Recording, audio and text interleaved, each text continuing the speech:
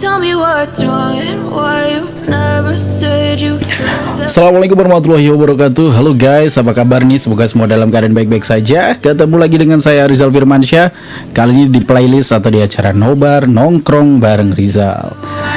Nah, kali ini saya lagi pengen ngebahas tentang isu yang lagi hangat-hangatnya di minggu-minggu ini, yaitu terhacknya atau kebobolannya channel atau akun YouTube milik Ria Ricis. Ya, saya juga ingin mengucapkan turut prihatin karena channel YouTube ini merupakan channel YouTube yang besar sekali, subscribernya sampai 30 juta akun.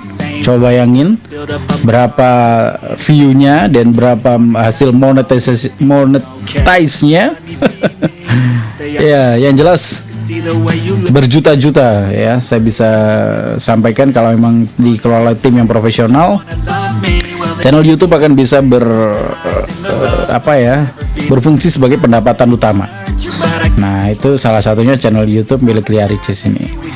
Yang jelas kejadian ini cukup mengagetkan bagi para YouTuber ya, dan ada yang turut prihatin, ada yang menganggap ini juga sebagai settingan dan lain sebagainya. Ya, kita tunggu aja perkembangannya. Semoga saja kalau memang ini bukan settingan, ya Ria Ricis berikan kesabaran dan tetap semangat untuk membangun channel baru lagi atau merebut channel yang sudah dihack itu untuk menjadi milik dia kembali dengan meminta bantuan dari tim YouTube Indonesia atau tim YouTube pusat di Amerika sana. Ya, yang jelas kali ini saya ingin ngebahas nih, kenapa sebuah channel atau akun YouTube atau akun Google bisa sampai kebobolan atau dihack ya. Ini akan saya bahas kupas tuntas secara habis. Kupas tuntas secara total ya. Aduh, gimana sih bahasanya? Kupas tuntas pokoknya ya di kesempatan kali ini. Ya, ada 6 sih yang saya sudah catatnya di ponsel saya. Yang pertama, kira-kira kenapa nih sebuah channel YouTube kok bisa terhack atau kebobolan? Yang pertama itu, menurut pengamatan saya, email password bocor pada orang yang berkhianat. Ini yang paling rawan ya. Jadi email password itu bocor pada orang yang berkhianat tuh ya, misalnya tim atau orang-orang yang sudah kita kasih tahu email dan password kita dan dia berkhianat ya kepada orang. Jadi secara langsung dia mengetahui email dan password kita. Nah, itu salah satu penyebab yang bisa terjadinya kebobolan dan orangnya berkhianat. Yang kedua, sistem security tidak dipahami dengan baik. Nah, jadi di akun Google tuh ada sistem security guys, ada sistem keamanan yang bisa kita kelola dengan baik.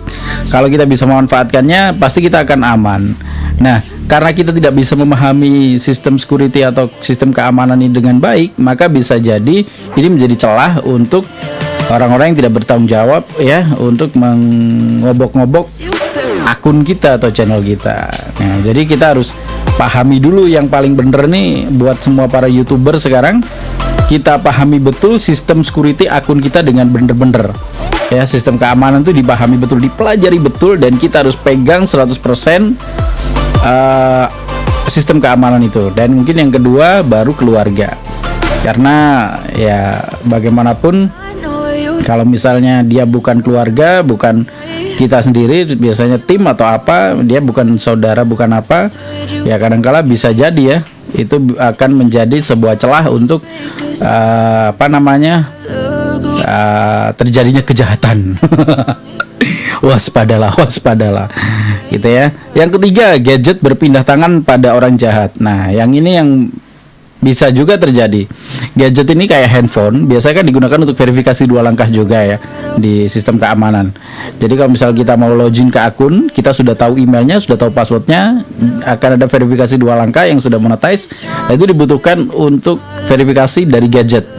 Nah, ini bisa jadi gadgetnya diambil, diverifikasi 2 langkah, dia bisa login dari akun lain dan dari gadget lain maksudnya, dan kita tidak mengetahuinya. Nah, karena gadgetnya baru saja berpindah tangan. Misalnya Anda lagi izin ke kamar mandi di rumah orang gitu ya, handphonenya Anda taruh di luar, lupa, kemudian handphone tersebut diobok-obok nih oleh orang yang nggak bertanggung jawab. Akhirnya dia bisa login di handphone lain dengan verifikasi 2 langkah dari gadget Anda gitu. Karena di gadget juga itu ada password tersimpan juga, kadang-kadang yang kita lupa bahwa itu juga bisa sebagai celah. Dan gadgetnya juga nggak dikunci gitu ya, nggak dikunci dengan sistem pola yang, atau mungkin orang yang berkhianat tadi sudah mengetahui sistem pola dari handphone tersebut juga bisa. Jadi ini cukup harus berhati-hati ya dengan gadget dimanapun, meskipun Anda kamar mandi, bawa aja handphonenya. Kalau itu bukan rumah Anda, ya kan? Misalnya Anda lagi ke rumah teman atau apa gitu. Nah, yang keempat, kode verifikasi diketahui dan bocor pada orang jahat. Nah, di sistem keamanan atau sistem security akun Google tuh ada kode verifikasi, guys, yang bisa kita unduh, kita download. Jadi ini menggantikan fungsi dari verifikasi 2 langkah di handphone. Jadi misalnya saya mau login ke akun Google, saya sudah tahu emailnya, sudah tahu passwordnya, tinggal verifikasi 2 langkah. Verifikasi 2 langkah itu bisa nggak pakai gadget, dia bisa pakai kode verifikasi yang di-download sebanyak sekitar 20 kode atau 10 kode ya. Kalau sudah dipakai hangus 1, kemudian hangus lagi 1 gitu loh. Jadi bisa di-download itu kode verifikasi itu di sistem keamanan Google, sistem security Google. Nah, ini Anda harus hati-hati, jangan sampai sistem security ini bocor, di print atau di save di komputer atau di gadget milik orang lain gitu ya. Ya, kita betul-betul harus ekstra waspada, harus benar-benar paham dengan sistem security dari akun Google kita. Lalu yang kelima, email password bocor di web phishing. Nah, ini juga penting ini, pemahaman kita kepada web phishing. Jadi web phishing itu web yang menyerupai web asli, misalnya menyerupai akun YouTube, menyerupai akun Google, ternyata itu bukan. Itu adalah milik server yang dibuat ya, dimiliki oleh orang jahat lah ya, yang jelas. Kemudian dia buat halamannya semirip mungkin dengan halaman akun Google, dengan halaman akun YouTube. Kemudian kita memasukkan email dan password, akhirnya email password itu bocor ke orang tersebut. Iya, terus kemudian yang keenam, email password utama digunakan untuk web atau aplikasi lain. Nah, ini penting juga, wawasan yang terakhir ini yang harus kita catat betul-betul. Jangan gunakan email atau password Anda untuk masuk ke aplikasi atau website yang selain Google. Maksudnya begini, jadi kalau misal kita punya akun Google utama dan email utama ini, email dan password utama ini untuk akun Google, YouTube kita yang penting, jangan digunakan untuk daftar-daftar ke aplikasi atau website yang baru, yang nggak jelas gitu ya. Tapi kita gunakan email yang kedua gitu loh. Jadi bedakan, apalagi passwordnya juga jangan sampai samakan. Kadang oke lah kita pakai email yang sama nggak apa-apa. Misalnya email, saya gunakan email password untuk akun Google, misalnya email 1, email A misalnya ya, passwordnya 1 misalnya. Nah, saya mendaftar ke Facebook misalnya, atau website lain lah. Kalau Facebook sih nggak mungkin ya, website yang baru-baru lah. Saya daftar aplikasi atau apa. Nah, ini jangan gunakan password yang sama dengan email, passwordnya email gitu loh. Jadi password email dengan password aplikasi atau password website baru itu harus beda.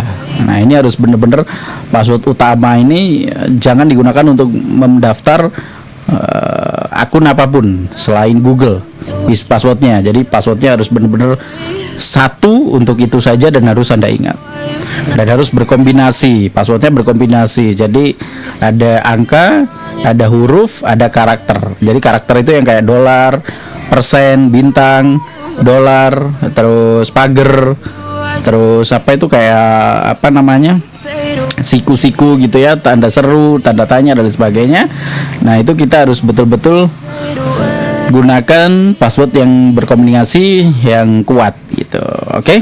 Nah, itu sih kayaknya yang gara-gara ke-6 tadi mungkin karena nggak dipahami oleh Mbak Ria Ricis, jadi akhirnya lengah digunakan untuk orang-orang yang orang-orang jahat ya, atau bisa jadi orang internal, bisa jadi eksternal. Kalau orang eksternal tadi melalui web phishing, melalui kita mendaftar ke email, mendaftar ke aplikasi atau website baru tapi menggunakan email password milik akun Google di akun utama kita tadi, akun dari Ricis tadi mungkin ya.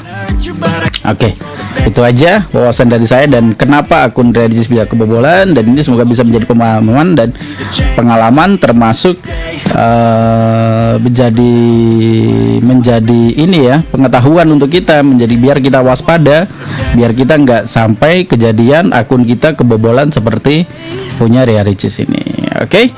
Oke, terima kasih buat yang sudah nonton konten saya kali ini di konten Nobar Nongkrong bareng Rizal bersama saya Rizal Firmansyah. Terima kasih, bye-bye. Too long, it hurts to watch your blue eyes fade to gray as you fade away.